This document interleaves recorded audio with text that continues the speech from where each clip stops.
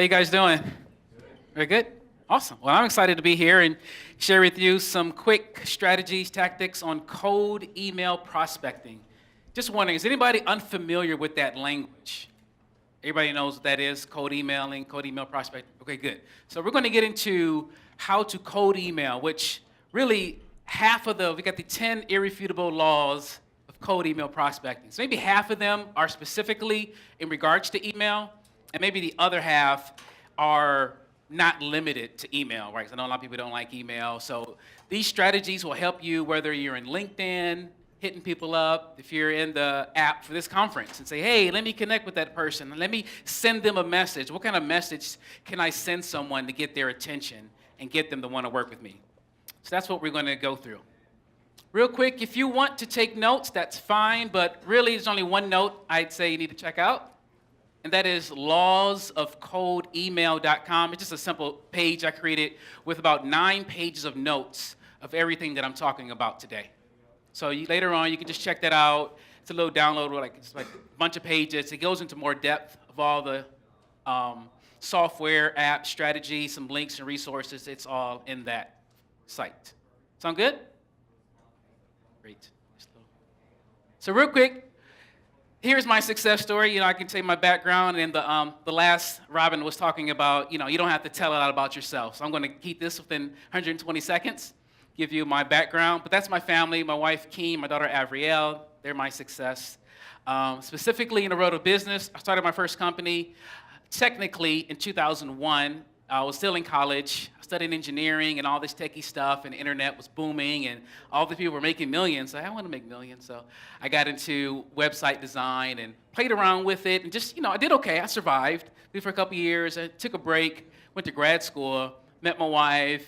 Daughter was born in '06, which was a pretty big time with a wife and daughter. And if you know, with family, if you ever need more motivation for work and motivation for sales, get a wife, get a spouse, get a child, and that'll boost you. So I got back into business, and my business grew 400% over the course of 4 years, partially because I was in a good industry. I got into search engine optimization back when you could hire somebody at $3 an hour and do a bunch of crazy stuff and just, could game Google back in the days. And so I was a part of those days, and I could guarantee top rankings, and things went well for about 4 years. And then Google slapped me, and Panda kicked me, and Penguin flapped me, and so business kind of shifted. So from then on, I've been doing consulting with companies on lead generation, and of everything I've done Flash, remember Flash, DVDs and ROMs. I've done a lot of different things, but email has been the most, highest ROI, the most successful thing I've done with any company. So that's why I like to talk about cold email. It works. I do it right now in a real estate company is one of the companies I work with, as well as Task Drive, so I'll mention later. But I do a lot of email, and it still works. Again, there's new technologies, there's new things, but you really can't beat email. So let's get into it. Let's deal with the elephant in the room. If any of you ever think, I'm not going to send a bunch of emails out because that's spam, right? If you're concerned, I'm not going to blast it out. It's interesting when you actually look into the laws, because this is, the first law of, being good at cold emailing is understanding that if you look into the U.S. laws of email with the Can-Spam Act, it's funny that the Can-Spam Act makes no difference whether or not it's your customer or a stranger. If you look into what spam is in the federal government concern, it makes no difference. The issue is when you're selling something via email, even if it's a customer, you need to follow about 6 or 7 guidelines. Again, and most of those guidelines are just be legit, leave your address, allow them to opt out, don't mislead them. So you have to understand the law. And again, I put recipient law because if you do sales and business outside of the U.S., the laws are completely different. So if you're emailing Canada, which has very, very strict laws, you need to know the laws of when you're emailing people out. Because again, I do certain we've got customers in Canada, and most times they say don't email the customers because of the laws are so strict. So the first thing you need to know is look into the law. Again, if you go to lawsofcoldemail.com, I have a list of every spam law or email law across the country. You can just Google you can Google it as well. So that's the first law. Second thing is hygiene. More bounce to the ounce, if you know everything. So when you're sending out in emails, you definitely need to clean your list. Once again, you may know this, but I've been doing a lot more volume. It's amazing that if you don't keep your list clean with bounces, your emails, even if nobody marks them as spam, nobody thinks anything bad of you, you will never even see the inbox. Or Google will put you into the promotions tab or the offers tab or the whatever. So you definitely always want to clean your list. And cleaning lists is not just taking out bad emails. It's also just people that don't open your emails. If you email the same person or the same group of people 10, 20, 30 times and they never open, that will affect your deliverability. So that's number 2. And again, I want to go through these quickly because I actually want to get into some examples. And we can just go through some strategies. And anytime, if you want to talk to me later on, if you're doing emailing, if you're doing LinkedIn stuff, and you want to chat about what you're doing, what's working, because I've got some unique formulas, some strategies that work pretty well. So the third thing is volume. When you think about cold email, you're not doing millions. You're not doing thousands of emails out.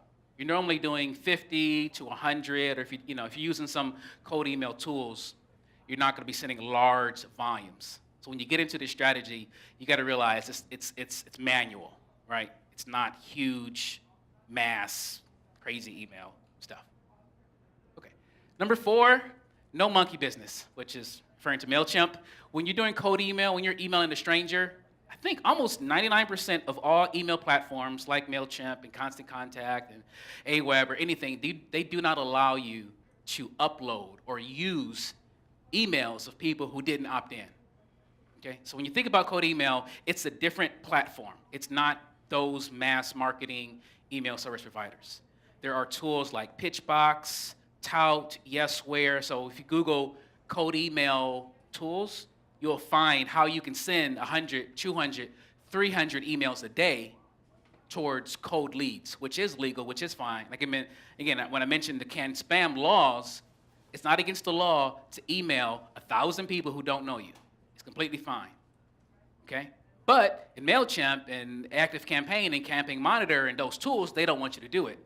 So that's what you gotta understand. There is a way to do it. So look into the platform. Again, at the laws of cold email, I've got about 20 different services listed, and I've personally used about 6 or 7 different cold email platforms. Like one like HubSpot has a free sales tool that works good for this. Tout app is a great service for sending out, again, I think 500 at a time, okay? So there's a bunch of different ones I have there, but you definitely want to look for a platform that's going to work well for cold email. Number 5, now we're getting to more of the content, this a little bit more strategy related. When you're sending out a cold email, you have to be, picky and particular about your subject. If you study copywriting and copywriters, they'll tell you that you can spend all day long creating the greatest story and strategy and communication, but your headline or an email, your subject, a lot of people spend more time on their subject than anything else. And one thing when it comes to the spam laws, that's one thing, like they don't want you to be misleading. So you gotta be careful. You gotta get people's attention, right? You gotta catch them, but you don't wanna put like FWD or forward or RE. Some of those things will work sometimes, but sometimes they can be misleading. So you have to be careful with how you label your subject to make sure you get attention, but you also have to be consistent with the message. Because you might get opens because you found some fancy way to put their first name and something crazy, but then they open the email and it's completely different. And I've noticed that I could get large numbers of opens, but then the replies are minimal to none, or you won't get any clicks because there was a disconnect. Yeah. Sorry, I missed something. What does cold email mean? I missed the definition. Okay, sure. Yeah. So Cold. Code, yes. Sure. Yeah, no worries. So, were you here earlier, or were you not here at all? Yeah, so just talk about how to email somebody who doesn't know you. The fact that it's legal, it's fine, and it's also, again, it relates to LinkedIn messaging. Instagram, I hear, is a popular way to just directly message anybody. The app for this conference, right? You got everybody's contact information. That's a common thing now. So it's all pretty similar. Huh? How does that relate to like the Canned Spam Act, which asks people to double opt-in to be part of the list? Or is that not related? The Canned Spam Act does not talk about opt-in. No? No. if you just Google it, it talks about making sure your address is in there, you allow people to opt out, but it doesn't relate to opt-ins.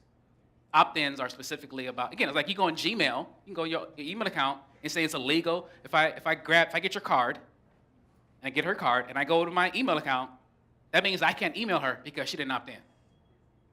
So the Can Spam Act does not mean you can't email somebody who doesn't opt in. Is there a limit to how many people that you don't know that you can email at one time? Legally? No. Yes, legally. No, the law does not relate to that. Okay. There's email platforms. Every email marketing software out there is going to say, no, you can't do it, like normal ones. But there's no law as of now that says that. Because I'm doing like hundreds of thousands of emails right now through a certain server in Michigan that they specialize in large emails out.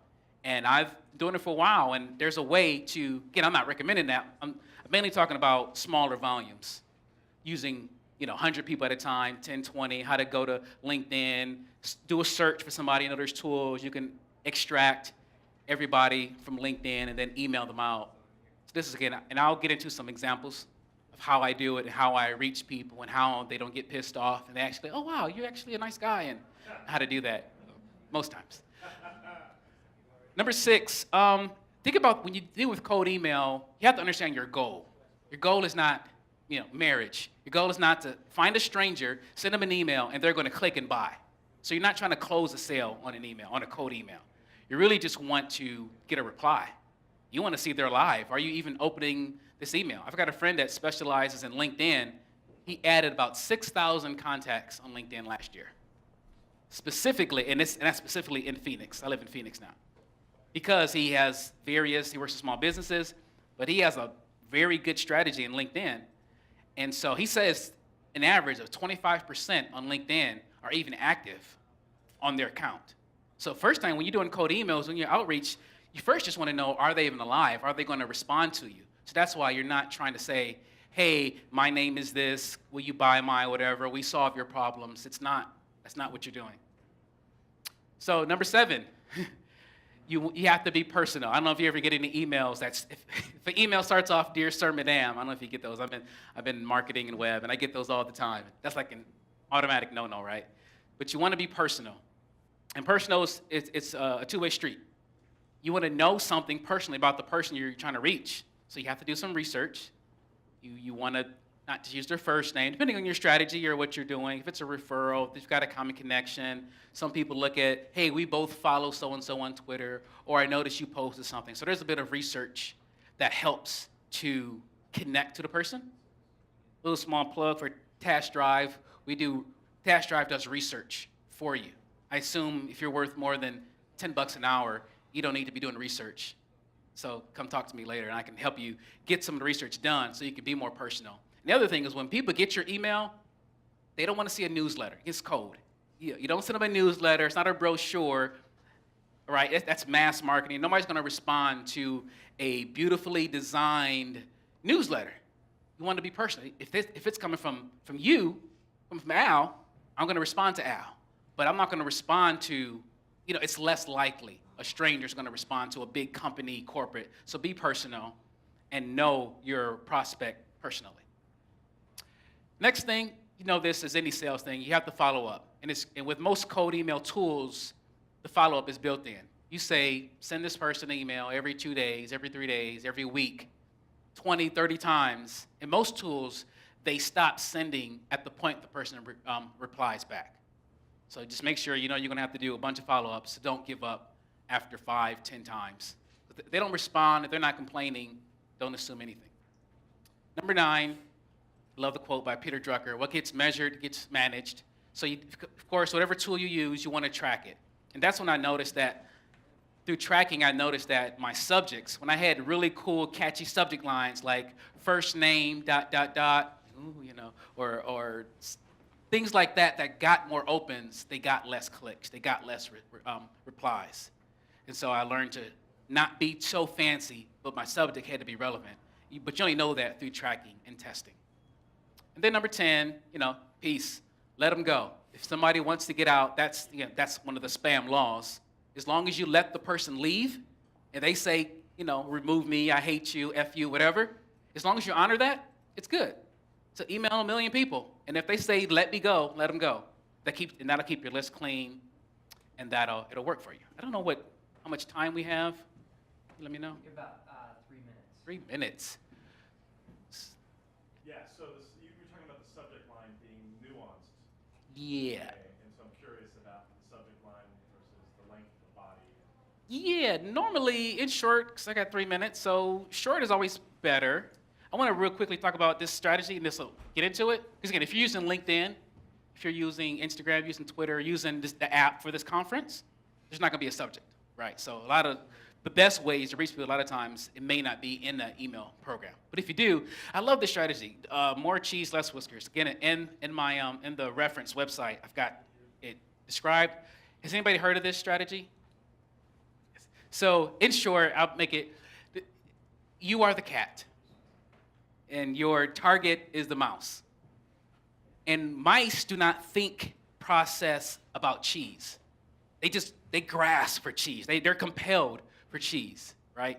So one strategy to email somebody, you want to put cheese out there. You want to give them what they want, and they want cheese. So know your customer and know what cheese they want. Only issue is that if they see whiskers connected to your cheese, they know it's a trick. So when you're emailing them, say, hey, I got something for you, or I think I know what you want. If they see the whisker, if they know it's just a trick to get them to talk to you, that won't work. And I'll explain what that means. Here's a simple example that I do now. Hey, Jim, are you still active in real estate? Right? I have a service for this realtor. But the cold email, the strategy, I need to make sure they're live, make sure we can even have a conversation. But this email, I'm not lying, but he's going to see that and thinks I want to buy a house. So he's going to see, or I say, are you still active in Philadelphia? Little stuff like that, that's an all cheese email.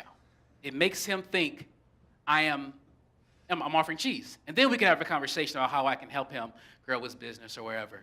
Then there's, your service, are you accepting new patients? It might be full, who knows? I don't know. If you're not accepting, then I can't sell you marketing services. Or, but that's a real simple, fast way of talking about an all cheese email. Makes sense? Again, I love to talk to you. I'm here all day today, tomorrow. I think my time is up. I want to, I've got more strategies. I will say, as a business, I don't know if you're business owners or what you do, but I love the idea of thinking of, how do you get to the next level? This guy spoke for 20 minutes. How does he do it? How do you do it? I think I've learned in business, you either go how route or you go the who route. Meaning you can learn and study, and I can give you more resources on how to do this. Or you can find a who. Again, that's Task Drive. If you need help and you just don't need to figure it all out, let me help you.